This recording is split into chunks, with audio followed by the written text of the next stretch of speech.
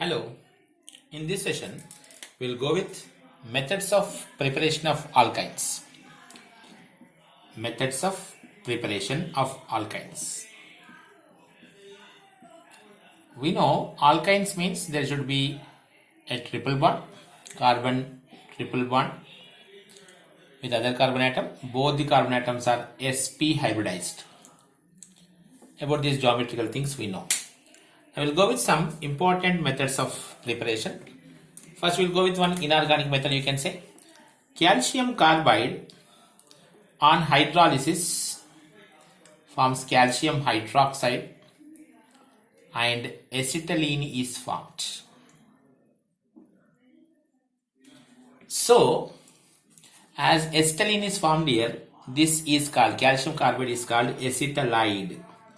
Because it is giving on hydrolysis acetylene, so it is called acetylide. Calcium carbide on hydrolysis acetylene. Mg2C3, if you take this one, magnesium carbide on hydrolysis, it forms magnesium hydroxide and C3H4. Don't confuse about this, it's very simple. Look at this calcium. We know calcium charge is plus 2. So calcium charge is plus 2. So this C2 charge should be minus 2. That means when you are writing here C2, just add 2 hydrogens to satisfy the minus 2 charge. You can see magnesium. We know magnesium charge is plus 2. So 2 to plus 4. So the C3 will be having minus 4. That means you add here just 4 hydrogens. You can easily identify what compound is going to form in the carbides hydrolysis. Like aluminum carbide gives methane, beryllium carbide gives methane, calcium carbide will be giving you acetylene, and magnesium carbide is giving you propyne. The next method of preparation is from haloform. It's again very simple reaction. CHX3 I am writing. This may be chlorine, bromine, iodine, chloroform, bromoform, iodoform, anything you take. When heated with silver powder,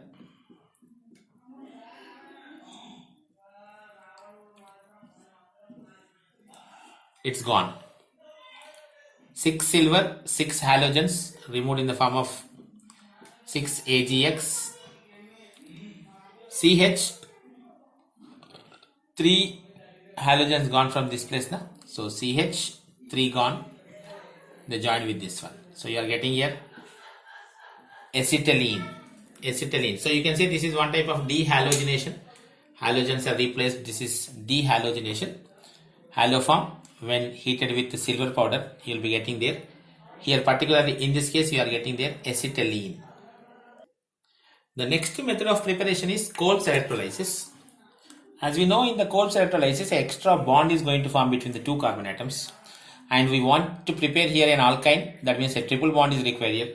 So you take here a compound with already a double bond. So salt I am taking. This is potassium salt of malic acid. So you can say potassium maleate. You can take even fumarate also. Malic acid and fumaric acid are cis and trans isomers. You can take potassium fumarate also, no problem.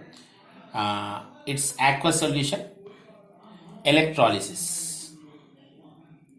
Electrolysis when you are using, and this you are going to get CH triple bond CH plus 2 CO2. As usual, they are formed at anode. This potassium is going to form potassium hydroxide solution, basic in nature, again entrance level question, and hydrogen gas is going to come at cathode. Very similar, we were discussing even in alkanes and alkene also. Potassium maleate or potassium fumarate aqueous solution when electrolyzed at anode, you are getting there acetylene and carbon dioxide. If you want to prepare higher, then you take it substituted. In place of hydrogen, you keep some methyl, ethyl, propyl. Depending on that, you can prepare.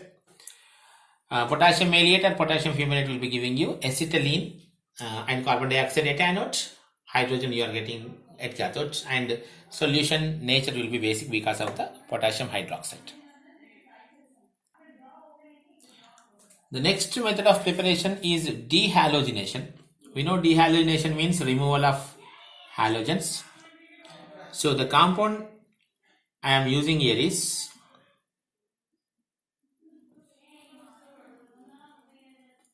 removal of bromine will be easy, so I am using bromine here. 1122 tetrabromoethane. When treated with zinc in alcohol, zinc is very good dehalogenating agent. Zinc takes away 2 bromine, ZnBr2, one more zinc 2. So you can write 2 ZnBr2 for balancing purpose. When these gone, CH triple bond CH is remaining. This reaction is known as dehalogenation, removal of halogens from adjacent carbon atoms by using zinc in alcohol. One more method is dehydrohalogenation. Dehydrohalogenation means CH, here I am taking H, bromine, hydrogen, bromine, or you can use CH, here bromine and here bromine. Here both the bromine atoms are on same carbon. This is called geminal. Here they are present on 1-2 position adjacent, so you can call this is vicinal. It is vicinal and this is geminal. Anything is okay. Geminal or vicinal. 1-1 is geminal, 1-2 is vicinal. Any compound is fine. When this is treated with alcoholic potassium hydroxide, but better is sodamide NaNH2. In your questions also they will mention you first alcoholic KOH, then immediately NaNH2, because NaNH2 is a stronger base than alcoholic KOH, because OH minus NH2 minus, NH2 minus is going to be a stronger base than alcoholic KOH, so you can say NaNH2. So when you are removing 2 groups, for removal of 1 group alcoholic KOH is okay, but when you want to remove 2 groups, then better is NaNH2. Okay, now so you try to go with NaNH2. So first this will be removed HBr. One more HBr is removed. So you are getting your CH triple bond CH. Same thing, HBr removed. Condition is one carbon should contain hydrogen, the next carbon should contain bromine. Hydrogen bromine, or hydrogen bromine and hydrogen bromine. So 1-1 is also fine, 1-2 is also fine. Dehydrohalogenation, the best reagent to remove 2 HBr units is NaNH2. Okay, now in your questions also they will mention first step alcoholic KOH, next step NaNH2. Okay, now otherwise directly they can use NaNH2 also.